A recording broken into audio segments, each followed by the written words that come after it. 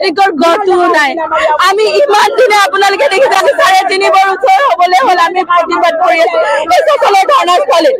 আমাৰ প্ৰতিবাদ সাব্যস্ত কৰিবলৈ যাওঁতে আমাক পুলিচে লাঠি চালনা কৰিছে আমি স্মাৰক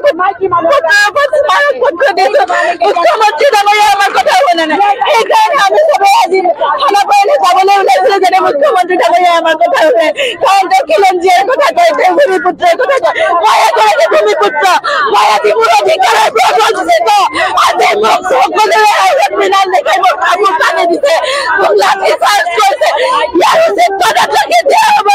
দুবাৰ হ'ল আসাম পুলিচে মোক হাত উঠোৱা ইয়াৰ তদন্ত মুখ্যমন্ত্ৰী ডাঙৰীয়াই কেতিয়া কৰিব আমাৰ অধিকাৰ কেতিয়া দিব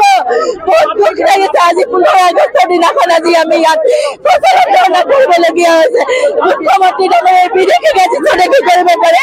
কিন্তু আমাৰ লজ্জা ভূমিপুত্ৰসকলক 1 কথা 10 লেখা মাতি দিব নোৱাৰে ইয়াৰ উত্তৰ দিব লাগিব আৰু মৃণাল ডেকাই পম্পী দাস ক'ত গ'ল তেওঁলোকক আজি অভিযোগ তোলাৰ পাছতো কিয় নিলম্বন কৰা হোৱা নাই ইয়াৰ উত্তৰ আমাক দিব লাগিব আজি গোটেই অসমবাসীয়ে আজি 15 আগষ্ট মনাই আছে কিন্তু আজি আমাৰ এনেকুৱা এটা শিক্ষা জনাইবলৈ জনাইছো যে আমি ইয়াতে প্ৰতিবাদ কৰিবলৈ 15 আগষ্ট পালন কৰিবলগীয়া আছে কিয় আজি মুখ্যমন্ত্ৰী ডাঙৰীয়া আজি খানাপাৰাত ইমান উলহ মালহেৰে 15 আগষ্ট স্বাধীনতা দিৱস উদযাপন কৰি আছে কিন্তু আজি আমি ইয়াতে প্ৰতিবাদ কৰিব লগা হৈছে কিহৰ কাৰণে একমাত্ৰ আমাৰ মাটিখিনিৰ কাৰণে আমাৰ নিজৰ অধিকাৰৰ কাৰণে আজি মৃণাল ডেকাই ক'ত অধিকাৰ পালে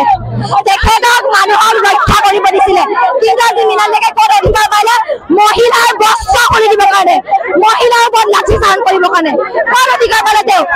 আমিতো গণতান্ত্ৰিকভাৱে আন্দোলন কৰি আছিলো আজি 3 বছৰ ধৰি স্মাৰক পত্ৰ দিলো কিন্তু আমাক হিমন্ত বিশ্ব শৰ্মাক লগ ধৰিব দিয়া নাই সেইকাৰণে আমি নিজে ওলাই যাব লৈছো